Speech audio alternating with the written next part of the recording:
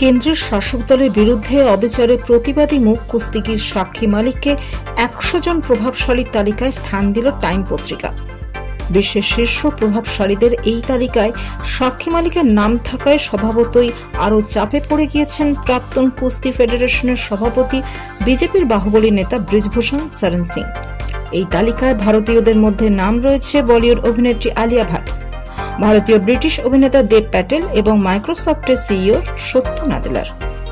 ভারতীয় কুস্তিতে মহিলা কুস্তিগিরদের ওপর যৌন হেনস্থার বিরুদ্ধে রুখে দাঁড়িয়েছিলেন সাক্ষী মালিক সহ বিনেশ ফোগাট এবং বজরং পুনিয়ার মতো ক্রীড়াবিদরা।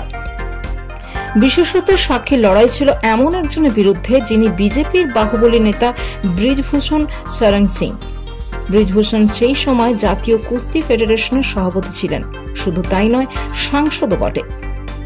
এহেন অসম প্রতিদ্বন্দ্বিতার বিরুদ্ধে দিল্লির রাস্তায় বসে শান্তিপূর্ণ আন্দোলন গড়ে তোলেন দেশের পদকজয়ী ক্রীড়াবিদরা।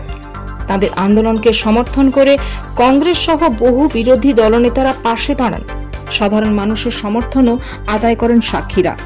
তাদের এই চাপে ব্রিজভূষণকে পদত্যাগ করায় বিজেপি এবং আন্দোলনকারীদের সঙ্গে কথা বলতে বাধ্য হন খোদ কেন্দ্রীয় স্বরাষ্ট্রমন্ত্রী অমিত শাহ। তারই আশ্বাসে তখনকার মতো আন্দোলন চাপা পড়ে যায়। কিন্তু এই আন্দোলনের এক কথায় ভারতের কুস্তি ফেডারেশনকে বেআব্রু করে দিয়েছিল।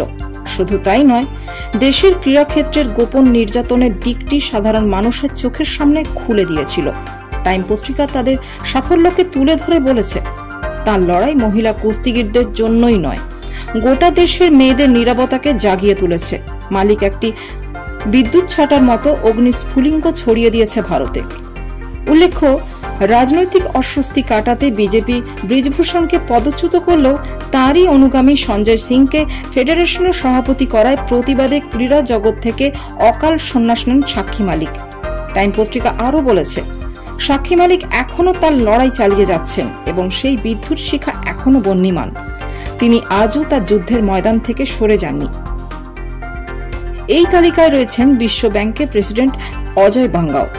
আলিয়া ভাট সম্পর্কে পত্রিকার মন্তব্য, তিনি একজন দুর্দান্ত অভিনেত্রী। পরিচালক টম হার্পার আলিয়ার গুণকীর্তন করে লিখেছেন, তিনি কেবলমাত্র বিশ্ব চলচ্চিত্র জগতের একজন প্রতিভাময়ী অভিনেত্রী নন, প্রায় এক দশকের বেশি তিনি ভারতীয় ছবিতে কৃতিত্বের সঙ্গে কাজ করে চলেছেন।